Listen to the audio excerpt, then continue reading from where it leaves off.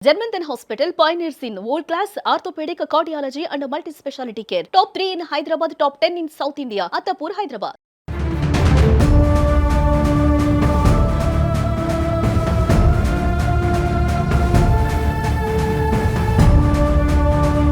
కాజీపేటకు చెందినటువంటి కీర్తన హత్య కేసులో నిన్న ఒక ట్రాజెడీ జరిగింది.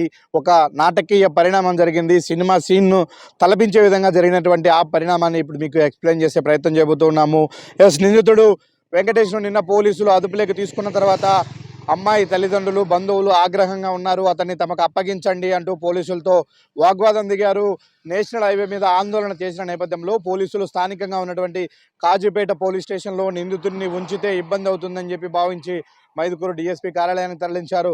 అక్కడి నుంచి మరో సురక్షిత ప్రాంతం అయినటువంటి బద్వేలుకి తరలించే ప్రయత్నంలో నిన్న అర్ధరాత్రి సమయంలో ఎగ్జాక్ట్లీ మనం ఇప్పుడు ఎక్కడైతే ఉన్నామో ఇక్కడ ఈ పాయింట్ నందిపల్లెకు 12 కిలోమీటర్ల దూరంలో ఉన్నటువంటి ఇదే పాయింట్ దగ్గరకు వచ్చిన తర్వాత రిజర్వ్ ఫారెస్ట్ మొదలవుతుంది. ఈ ఫారెస్ట్లోనే ఇక్కడే వెహికల్ నుంచి దూకి నిందితుడు వెంకటేష్ తప్పించుకుపోయే ప్రయత్నం చేశాడు. ఇప్పుడు మనం చూపిస్తున్నటువంటి ఈ దారి ఇటువైపు మైదుకూరు నుంచి బద్వేలుకు వెళ్ళేటువంటి దారి ఇది. ఈ దారిలో ఎగ్జాక్ట్లీ ఈ పాయింట్ దగ్గర పోలీస్ జీబ్లో నుంచి వెంకటేష్ ఇద్దరు కానిస్టేబుల్లను గాయపరిచి దూకి తప్పించుకునే ప్రయత్నం చేశాడు. ఇటువైపు ఉన్నటువంటి అడవిలోకి వెళ్ళాలి అన్నది అతని ప్లాన్గా తెలుస్తుంది. అయితే గుర్తించినటువంటి పోలీసులు ఇన్స్పెక్టర్ మందలించాడు. 2 రౌండ్లు గాల్లోకి కాల్పులు కాల్చారు.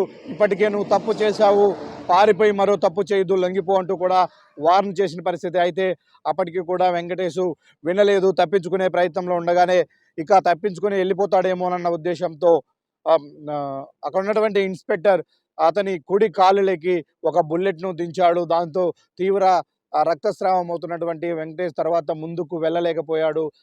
నిస్సహాయుడిగా పడిపోయినటువంటి వెంకటేష్ను తీసుకొని హుటాహుటిన అదే పోలీస్ జీప్లో మైదుకూరు ప్రభుత్వ ఆసుపత్రికి తరలించారు. అక్కడి నుంచి కడప రిమ్స్కి తరలించారు. ప్రస్తుతం కడప రిమ్స్ ఆసుపత్రిలో నిందితుడు వెంకటేష్ చికిత్స పొందుతూ ఉన్నాడు. ఇదే ప్రాంతంలో నిన్న అర్ధరాత్రి జరిగినటువంటి సంఘటన నిజానికి అతన్ని మరో సురక్షిత ప్రాంతం అంటే బద్వేలుకు, ఇప్పుడు మైదుకూరు కానీ కాజీపేట కానీ ఇవన్నీ కూడా మైదుకూరు కాన్స్టిట్యున్సీ పరిధిలోకి వస్తాయి కాబట్టి అక్కడ వాళ్ళ నుంచి ఏదైనా ముప్పు ఉంటుంది అనుకోని విధంగా వాళ్ళు ఆందోళనకు దిగే అవకాశం ఉంటుందన్న ఉద్దేశంతో పోలీసులు తరలించే ప్రయత్నంలోనే వెంకటేష్ తప్పించుకునే ప్రయత్నం చేశాడు.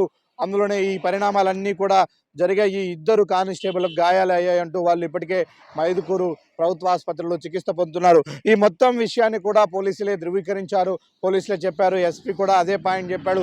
నిన్న హత్య చేసిన తర్వాత ఇదే వెంకటేష్ పోలీసులు అదుపులోకి తీసుకున్నారు. తర్వాత జరిగినటువంటి పరిణామాల నేపథ్యంలో అతను మళ్ళీ పోలీసుల నుంచి తప్పించుకునే ప్రయత్నంలోనే ఈ సంఘటన అంతా కూడా జరిగింది. కానీ పోలీసులు ధైర్యంగా పోరాడి మళ్ళీ అతను తప్పించుకోకుండా పట్టుకొని తీసుకొచ్చిన పరిస్థితి కనిపిస్తుందని చెప్పారు. అయితే నిందితులను శిక్షించడంలో, ఇన్వెస్టిగేషన్ ముందుకు తీసుకెళ్లడంలో పోలీసులు చూపుతున్నటువంటి చొరవ పట్ల స్థానికులు కానీ అలాగే మృతురాలి బంధువులు తల్లిదండ్రులు కూడా కొంత అనుమానాలు వ్యక్తం చేస్తూ ఉన్నారు.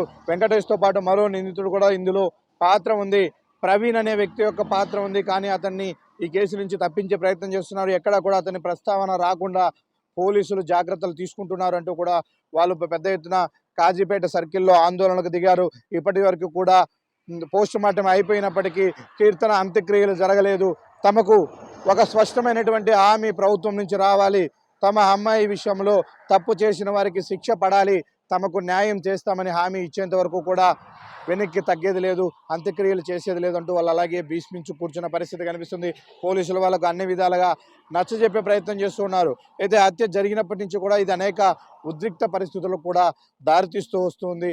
ఎక్కడికక్కడ వాళ్ళు ఆగ్రహావేశాలకు లోనవుతున్నారు. ఎందుకంటే 17 ఏళ్ల పాటు అల్లారు ముద్దుగా పెంచుకున్నటువంటి తమ కూతురిని తమ ఇంట్లోనే గొంతు కోసి చంపినటువంటి ఆ ఉన్మాదిని ఖచ్చితంగా శిక్షించాలి అంటూ కూడా వాళ్ళందరూ భీష్మించి కూర్చున్నటువంటి పరిస్థితి కనిపిస్తోంది. ఈ ఎంటైర్ కేసులో ఇప్పుడు అందరి దృష్టిని ఆకర్షిస్తున్నది, అందరికీ ఆసక్తికరంగా మారింది. నిన్న రాత్రి ఇక్కడ జరిగినటువంటి సంఘటన ఇదే ఫారెస్ట్, ఇదే రోడ్డుకు పక్కనే ఈ ఏరియాలో జరిగినటువంటి సంఘటనే నాటకీయ పరిణామంగా ఉన్నప్పటికీ ఎగ్జాక్ట్లీ ఇదే ఇష్యూ జరిగింది. ఈ పరిణామము జరగడం వల్లే పోలీసులకు గాయాలయ్యాయి. నిందితుడు వెంకటేష్ను తిరిగి మళ్ళీ ఆసుపత్రిలో చేర్చి చికిత్స అందిస్తున్నామని పోలీసులు చెప్పే ప్రయత్నం చేస్తూ ఉన్నారు.